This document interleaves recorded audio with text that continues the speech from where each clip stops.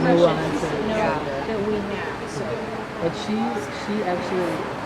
sends her like audio of different lectures, and she transcribes them, so she's really expert at switching it up. if I make a mistake, then he looks at me. I mean, then I.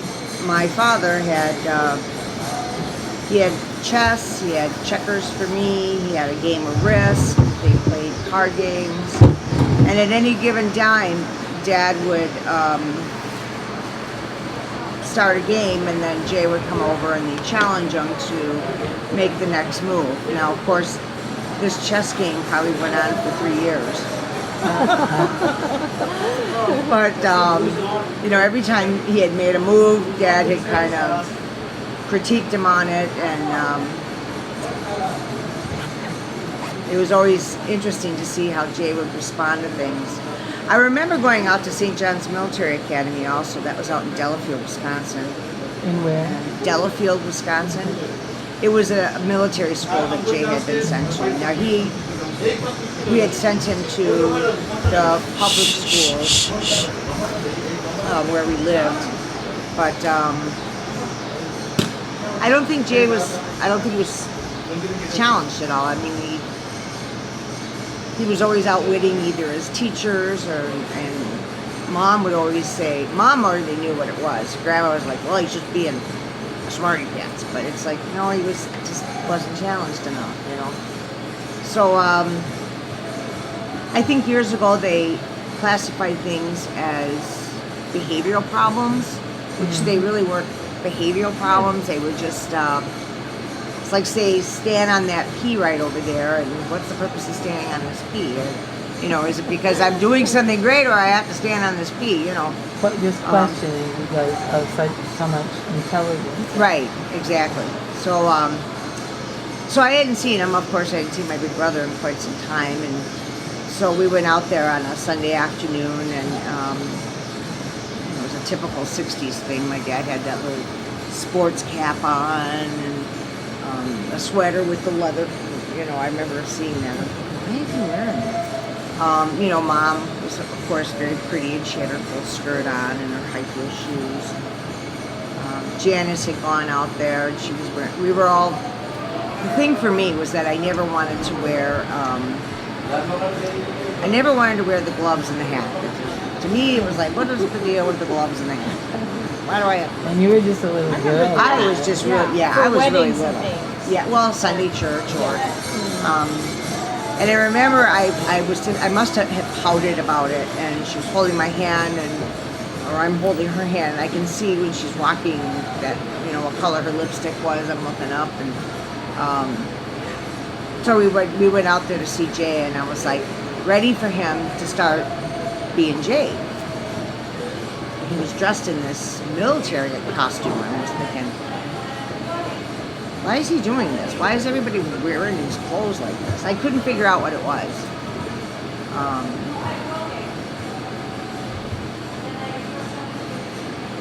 He wasn't the Jay that I knew. He wasn't happy. I didn't like the costume that he was in. Like, who is this guy? Yeah. When I look back on it now, I kind of felt like I had not visited him because I didn't see his spirit. Because brothers will be brothers. They poke each other and do dumb stuff, and you walk by him and he slaps him in the head. They're just being brothers. And then all of a sudden it was like we were taking all of these things that Jay had as a brother with Jeff, and we were making him behave by putting him in this military costume. And to me, that was. I mean, he got sent there because of his quote unquote. Yeah, I think behavior. that, I don't know if it was so much the behavior. I think they wanted, Jay was always, everybody knew he was smart. I mean, everybody knew that. I mean, my aunts, my uncles, Jay was to take over the family business. And a cousin of mine, who's also a male, I think he was 2 years younger, 2 years older than Jay was. My father's oldest brother. And when you went to the Erdman house in Elm Grove, there was a set of tennis courts on the end of the property.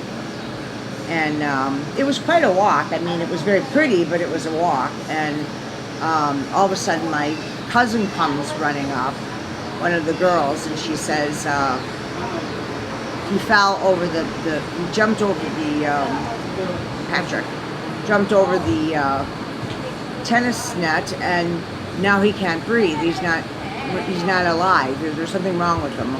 And of course, back then we didn't have 911, so That was Jay? no, the cousin. that was my cousin. Yeah.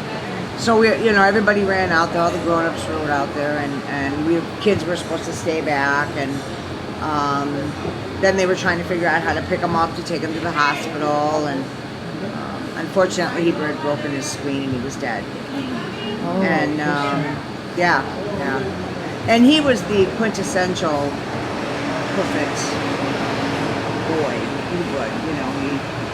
He followed all the rules. I don't know if he was.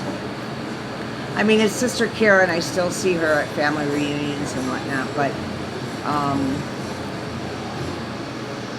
that was like a whole chapter of the Erdmans that was never written because of that abrupt ending to that. Mm-hmm. And then, of course, Jay was the one who was going to be taking over, and Dad thought, great, I'm going to redeem my pace in this family, because even though I couldn't be a pastor, my son will be he'll be the managing, or I should say the president or the CEO of this company, and that'll get me in good graces. And Jay was just kind of like, indifferent, huh? no, he didn't, and a lot of it I thought maybe just was the 60s. I mean, we as Americans just lost a lot of our innocence in the 60s. It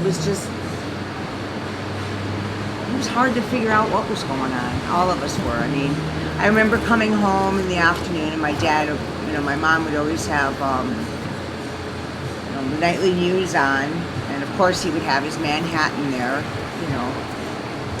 and they'd talk about how many people had died that day In the Vietnam War. in the Vietnam War, and so it was hard from that standpoint. And I think, some of it was Dad thought if he got Jay smart enough or esteemed enough, he wouldn't have to go't or he'd be higher in the military, so he wouldn't have to go see the front line. But when he went out to school, things were going on out there that were. And where was that then? That was in He went to Providence College in Rhode Island, didn't he? Mhm. Is that Brown. At that time it was Brown. Brown? Oh yeah, Brown University. Yeah. In Providence. Yes. And I think Jay wasn't sure what he wanted to do. I think he was thinking that education was not something that he needed, because he was smarter than most of these people were anyway. And I didn't see too much of him after that. Now, I don't know if Mother Lori ever told you, we had a hard time finding Jay. We knew kind of where he was, but we didn't know for sure. And because my father had threatened to give his name, He threatened to disown him. Disown him and give his name to the draft board. Oh. So my father was also in the FBI had come over to the house, and they wanted to know why Jay was no longer there, and they were concerned with. They were drafting people. Yeah. And then, of course, the police sat down at the end of our block forever, and I still don't know why they picked on Jay. What was the deal with Jay? He was distinguished even at that time. Yes, I don't know. I mean, I remember my mom saying, well, Jay, she never forgave Jay for throwing that ball and breaking her window. That's why they're there. It's a big deal with that, What was the relationship between Jay and your mom? How was that? Because Being a stepchild and all that. but not as well. Your father and his mother were divorced when they were teenagers, isn't it? Well, Lori is my stepmother. I'm the one who is the foster, the stepchild. Oh, My mother died when I was 9. I was taken away from her when I was less than 2. did she take care of you then, Mother Lori? Yes. Oh. Well, I didn't realize some of it. No, I Yeah, didn't some of realize that. that It was on and off for many years. And then my sister Jan had moved to California, and Jeff had moved to California, and Dad had paid a family to take care of me. And when I think back on it, they were just wonderful people, the Spence family. I was one of the kids, and they had 5 of them. And Who is this now? it was a family that my father had paid to take care of me. He was on the road at the time for Badger Paint, because that was kind of his backup thing, because they didn't want him as a pastor, so he just started doing, every one of the brothers had like a thing they had done. Dad's was supposed to be, he was supposed to be the pastor, the person that was supposed to help our family become more insightful of Christ. God conscious. And then one of his brothers was the marketing person, and then there was the other guy who took care of finance, and then from a legal standpoint, Uncle Ted took over. And none of these men had children that were male, except for one, Uncle Norbert. Had the son that was 2 years older than Jay. And he was to take over the business until he had broken his spleen, and then he was the only, Jay was like, Next in line. Yeah. In the dynasty kind of. yeah, isn't that strange? No, yeah. but Well, it changed all of our lives. I think my dad was hurt by Jay doing this. He just kind of felt like, this is what you're supposed to do, you know? Yeah. And my dad growing up, and I don't know for sure, he only spoke of his face some of the time, but he had a birthmark that covered most of his face, and it was purple. And I remember as a kid, you'd be like, my friends would be like, what's wrong with your dad's face? It's like, well, he's got a birthmark. And it's like, can I get it? It's like, no, it doesn't come that way, you know. And then once, like, that's cool. yeah.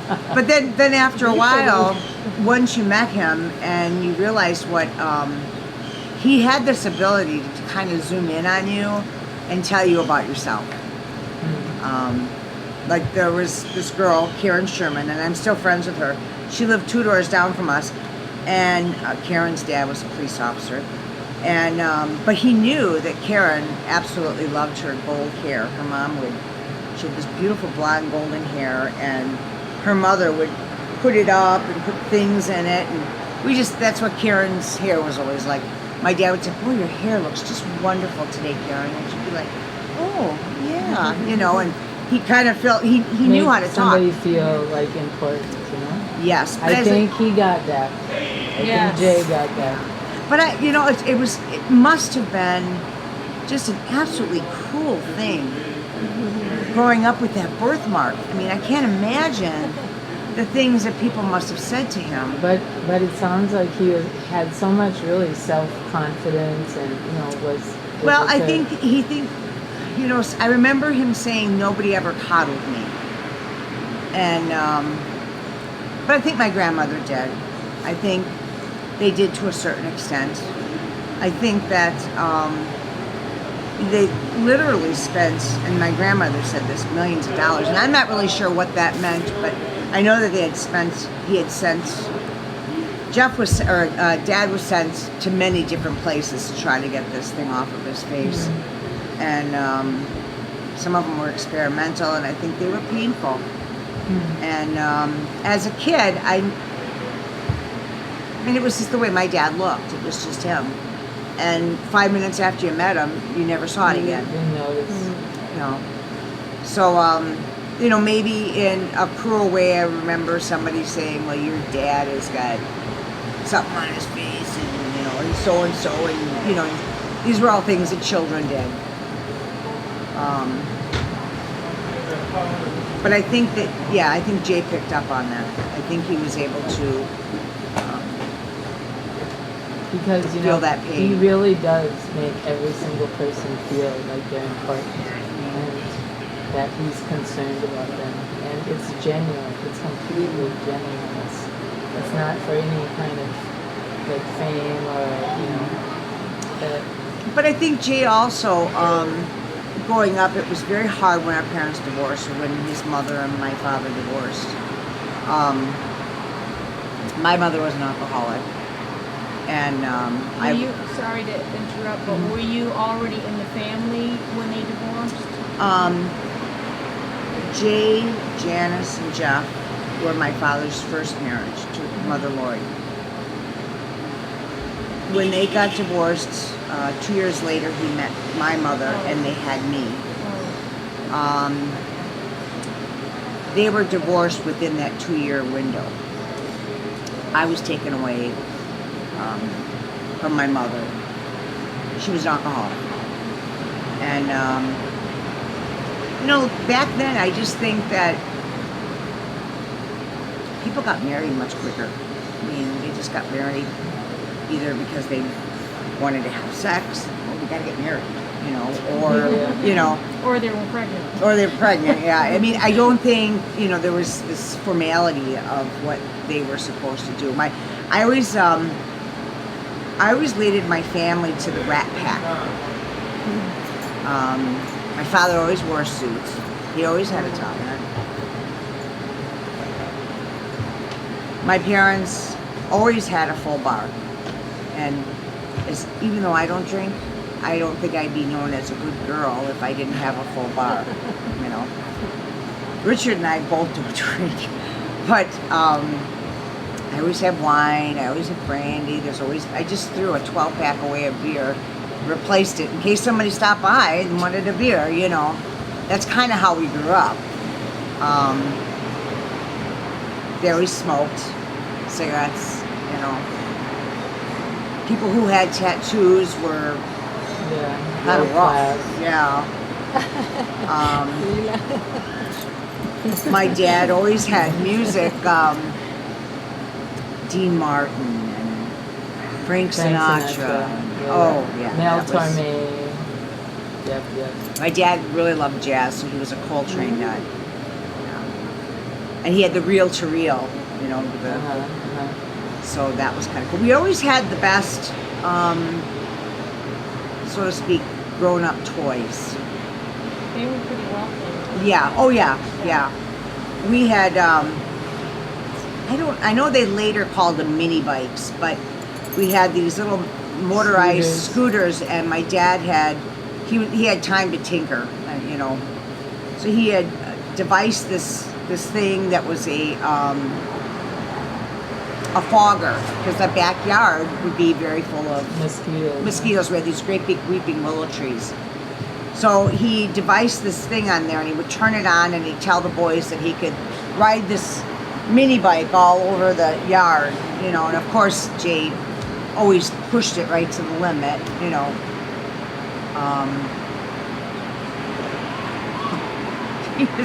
He was always getting in trouble.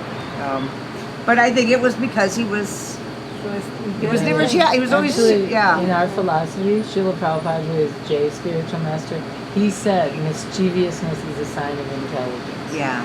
So there you have it. Yeah, that's what he was. So then he joined the temple in what year? 69? 68. 68. And then you just kind of lost track of him? Well, what happened, and I don't know if Mother Lori ever told you about this, Dad had friends from the seminary, and there was one fella that he had become very close to, and he wrote him. Of course, they didn't have email then, or, you know, they didn't know how to get a hold via telephone. He wrote him a letter, and this had taken time, and he wanted to know if he could contact Jay and see how he was. And this man had written back. He was a pastor at that time, and it said, well, Jay just has absolutely no interest in coming back. he's found something else, and he'll write you a letter. I encouraged him to write you a letter, which he did. And where was he at that He time? was in Canada. It was Hare Krishna letterhead. And I think I gave Jay the letter. He actually wrote it all. I mean, he wrote the whole thing with a manual typewriter, you know. And we didn't know where Jay was, but there was a reporter that supposedly had gone to Canada and had seen all these young men, and there were a lot of them that were considered Dodge drafters, and they were lost. And we didn't know what happened to them. So this reporter had made an announcement that he had had all these photographs. If you wanted to come down, he would have all the photographs on display. And if you saw your son or your daughter in there, I can tell you where they were, where I took these photos. So they found Jay in his photos.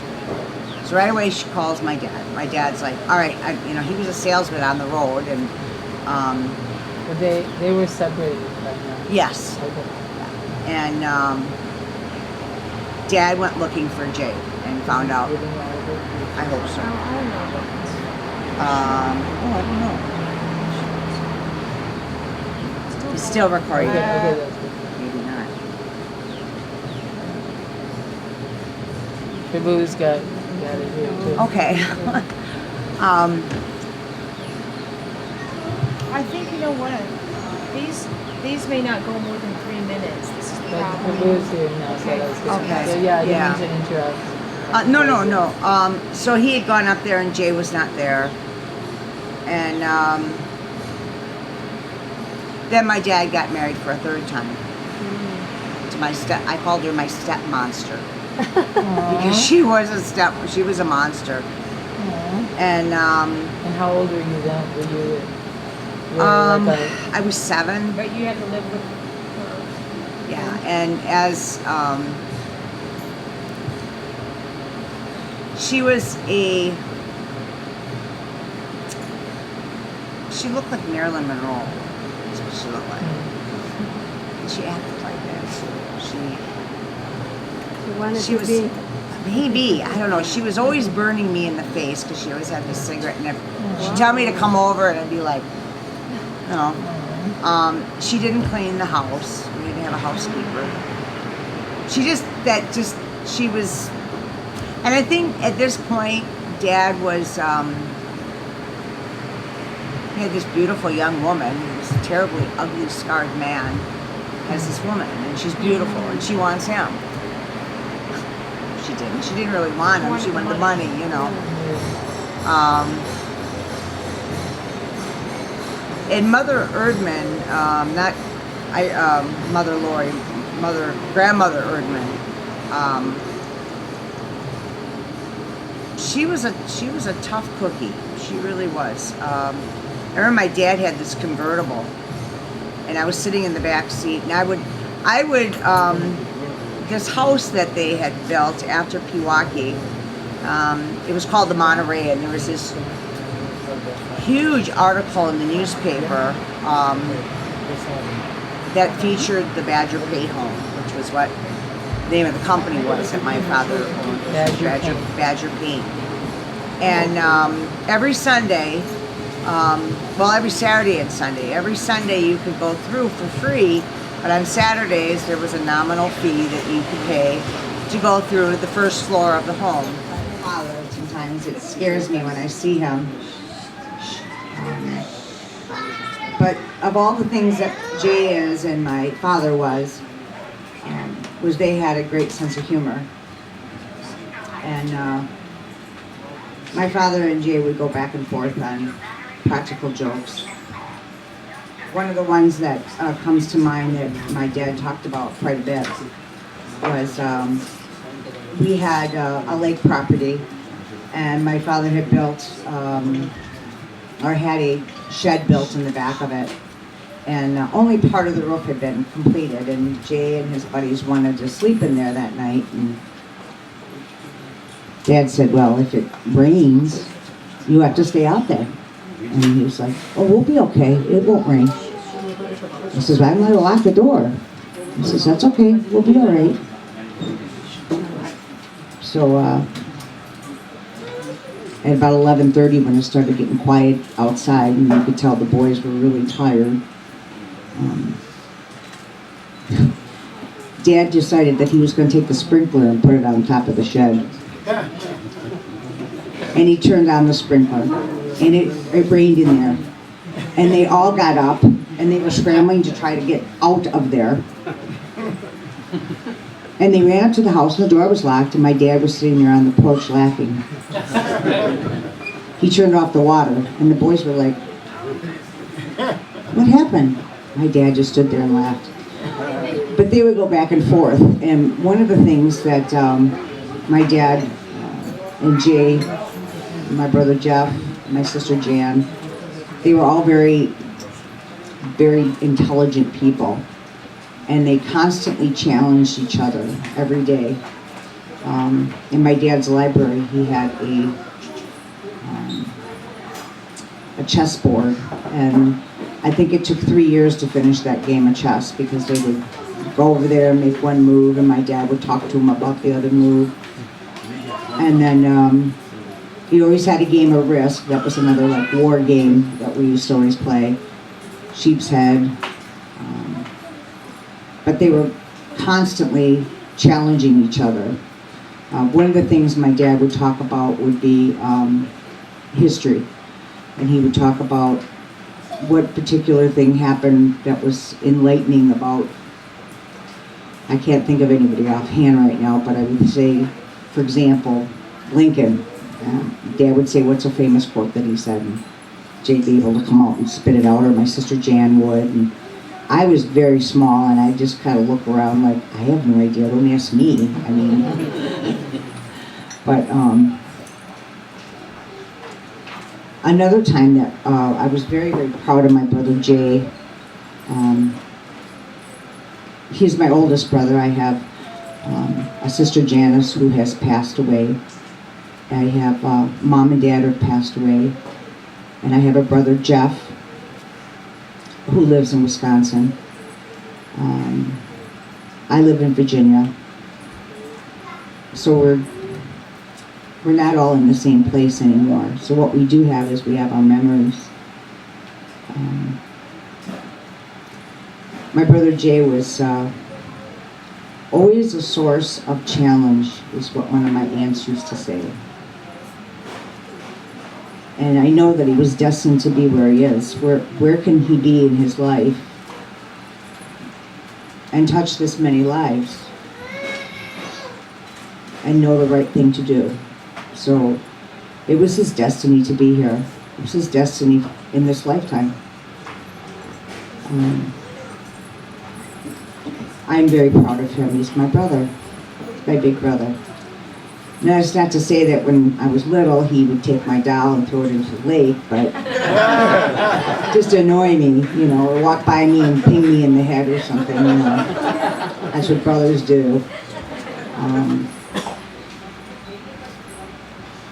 But one of the times that I remember, I was very proud of him. My father, it was America. It was the Vietnam War had just broke out, and I'd come home after school and go in. We all had to go in and say hi to Dad. And there was this rocking chair that was next to my father's leather chair, and of course he had the TV on, and they would give the count of how many people had died that day in the war on the evening news. And my father thought, well, Jay will send him to military school, and that way he won't be on the front lines. He'll be able to go through the war and be a sergeant or somebody who doesn't have to carry a gun and be on the front lines. And of course, that was not what Jay wanted to do either. He had his reasons and my father had his, which were mainly because this was his son and he felt that this is what he needed to do.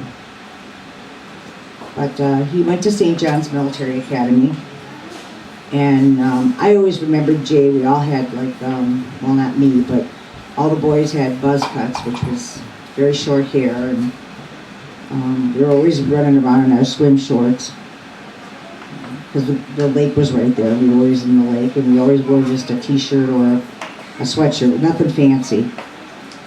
But that's how I had remembered my brother. And then all of a sudden we went up to see him at St. John's Military Academy. And he was wearing this uniform.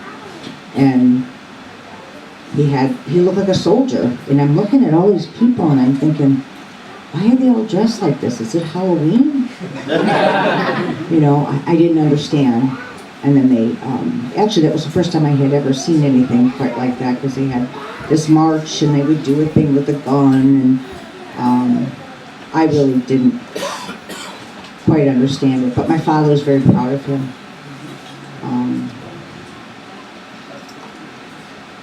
He was proud of the fact that he had this discipline of doing this regiment, and when I think back on that, I think because that was something that my father wanted for Jay, was to have him be in the military and make him proud. There were a lot of boys that thought that they were making their families proud by going there. It was a confusing time. The 60s was, I don't know, have we ever gotten over it? Is it done yet? I'm not sure. And that's where Jay wound up, and he came up with what he felt his calling was. My father's calling was different. Your calling may be different. I'm very proud of who he is and what he's become. I don't know where or if anyone can say that they touched so many lives. So I'm very proud of my brother. I'm not sure if I had answered any questions, if anybody wanted to know anything about him. It's kind of funny sometimes, because I'll see these tape recordings on the Facebook, because that's kind of how I keep up with them. And everybody's like they are here. And I'm thinking, you know, he used to take my doll and throw it in the lake. That's not the same guy, I'm telling you. But as kids, we had a pretty good childhood. Jeff, my brother, younger brother, or I should say, my older brother, Jeff, Jay's younger brother,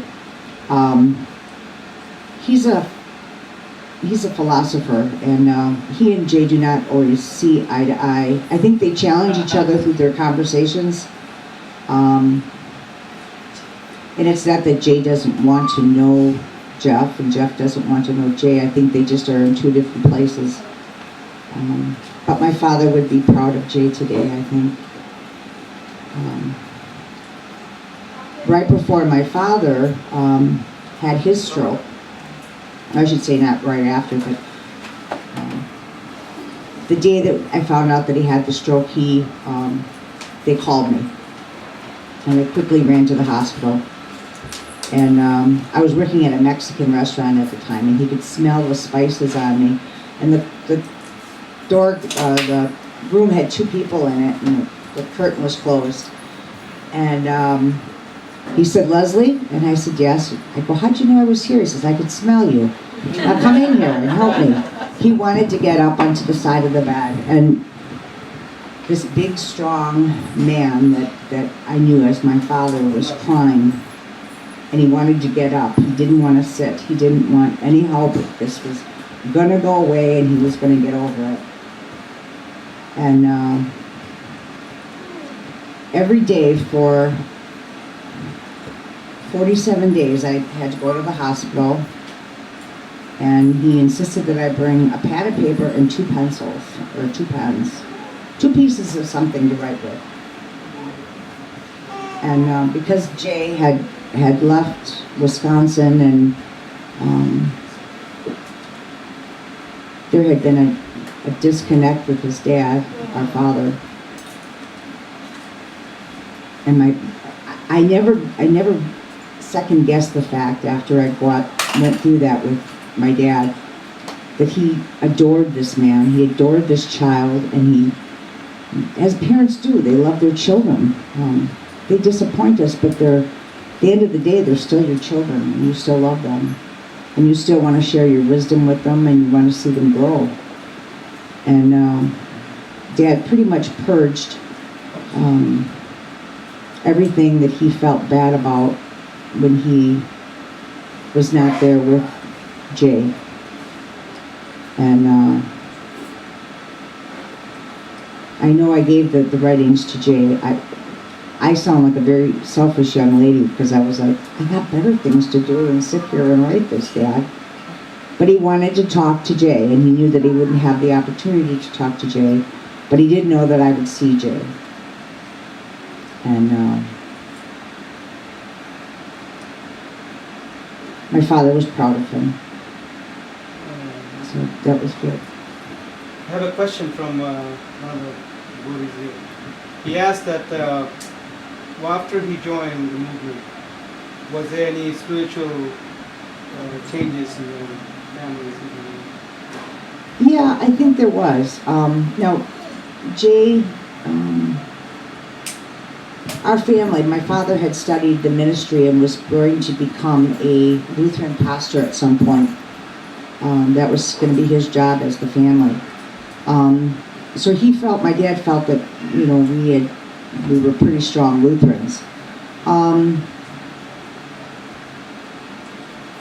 I know that my father didn't want Jay to be a pastor, but I think that he felt that Jay had the ability and the spiritualness.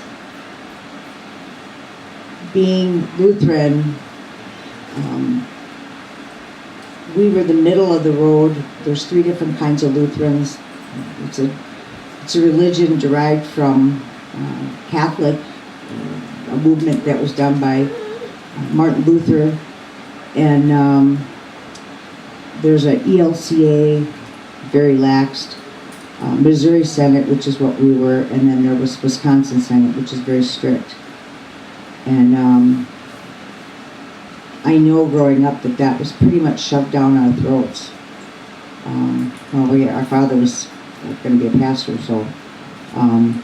But with Jay, he knew all that stuff. He knew it. He knew how my father was.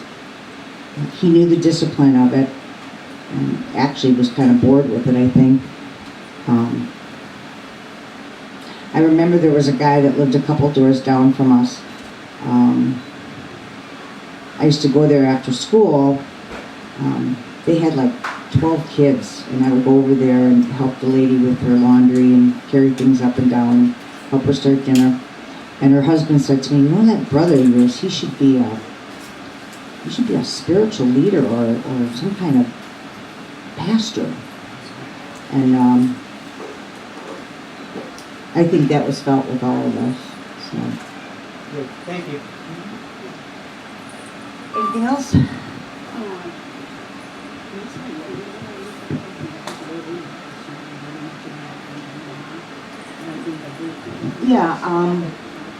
Yeah, Mother Lori. Mother Lori is my stepmother.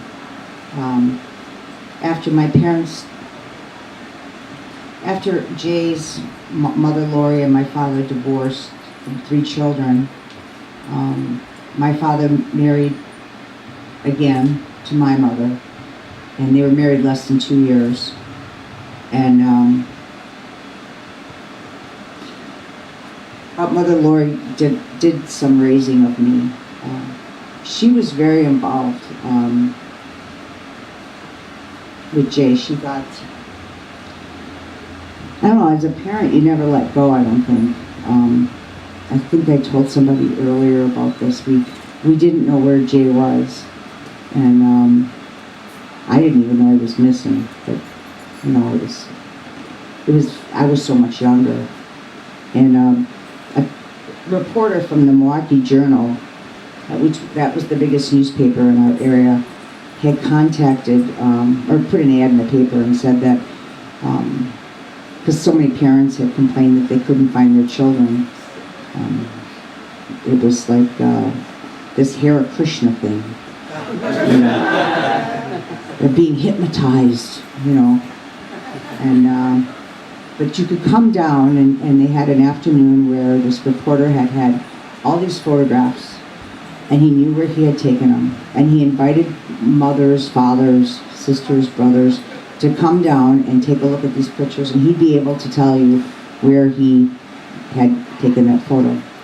And Jay was down there, and he told Mother Lori that it was in Canada, so my dad was on the next plane, and he went up there, and Jay wasn't there. He had already gone to India.